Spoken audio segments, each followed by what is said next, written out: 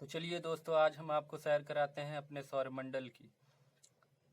हमारे सौरमंडल में कुल 8 प्लैनेट्स हैं और एक तारासुर है। तारासुर इस वजह से है क्योंकि इसके पास खुद का प्रकाश है। जिस प्लैनेट के पास खुद का प्रकाश होता है उसको हम लोग तारा कहते हैं। हमारे सूर्य के चारों ओर सारे ग्रह एक एलिप्टिकल ऑर्बिट में चक्कर लगाते हैं। एलिप्स क्या होता है? अगर हम कोई भी सर्किल को खींच दे दोनों तरफ से तो वो इलिप्स में बदल जाता है।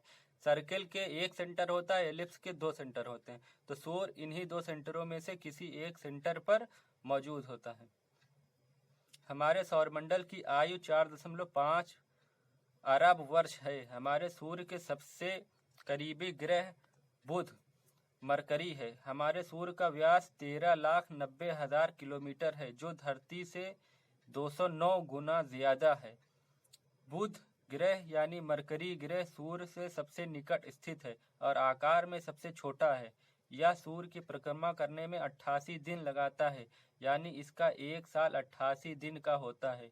शुक्र वेनस सूर्य से दूसरा ग्रह है और छठवां सबसे बड़ा ग्रह है। इसके परिक्रमा पथ 10,82,00,000 किलोमीटर है। इसका व्यास 12,103.6 किलोमीटर है। शुक्र सौरमंडल का सबसे गर्म ग्रह है।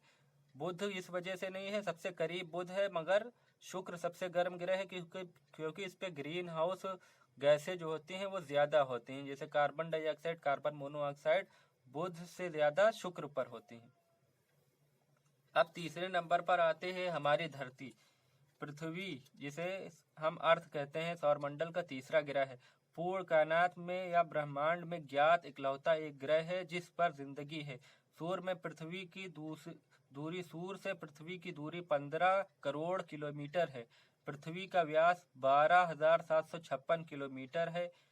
यह सूर्य का चक्कर 365 दिन 4 घंटे में लगाती है, यानी पृथ्वी पर एक साल 365 दिन 4 घंटे का होता है।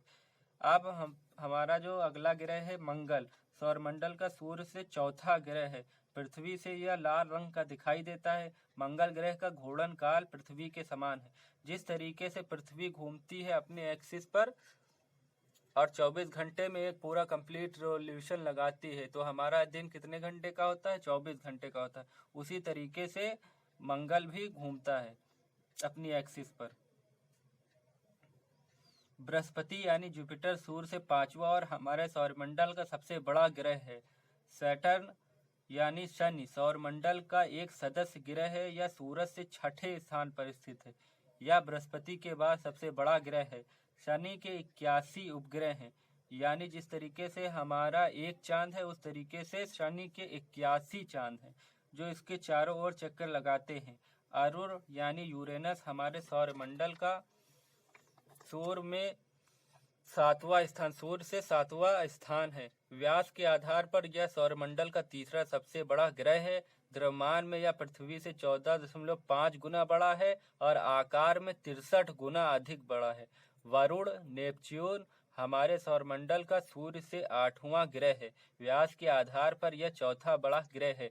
वरुण सूरज की परिक्रमा करने में 164.79 वर्ष लगाता है, यानी वरुण वर्ष 164.79 पृथ्वी वर्ष के बराबर होता है।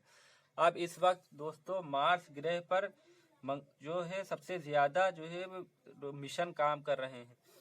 इंडिया का रोवर मिशन गया था जो फेल हो गया था, तो ऑर्बिटल मिशन काम कर रहा है और नासा का रोवर मिशन काम कर रहा है और चाइना का भी रोवर मिशन काम कर रहा है। ये सारे ग्रह वहां पर जीवन की तलाश में लगे हुए हैं कि किसी तरीके से वहां पर जीवन मिल जाए, क्योंकि हमने अपनी पृथ्वी का इतना ज्यादा दोहन किया, यहाँ के जितने उपलब्ध संसाधन थे उसका इतना दोहन किया है कि अब कुछ 100 सालों में पृथ्वी हमारी रहने लायक नहीं बचेगी। तो इसीलिए अब बहुत सारी कंपनियां इस चीज पर काम कर रही हैं कि कैसे हम लोगों को दूसरे ग्रहों पर बसाएं। तो इसमें सबसे पहले जो ग्रह चुना गया है वो मंगल ग्रह चुना गया है। उस पर अभी सारे देश कंट्री फोकस किए हुए हैं कि इस पर जो है सैटेलाइट या रोवर भेजकर यहाँ पता लगाया जाए कि जीवन यहाँ पर है कि नहीं है। तो दोस्तों आप लोग अपने जो है अर्थ का जो है कम से कम दोहन करें, ताकि अगली आने वाली पीढ़ी तक हमारे जो संसाधन है उनको प्राप्त हो सके।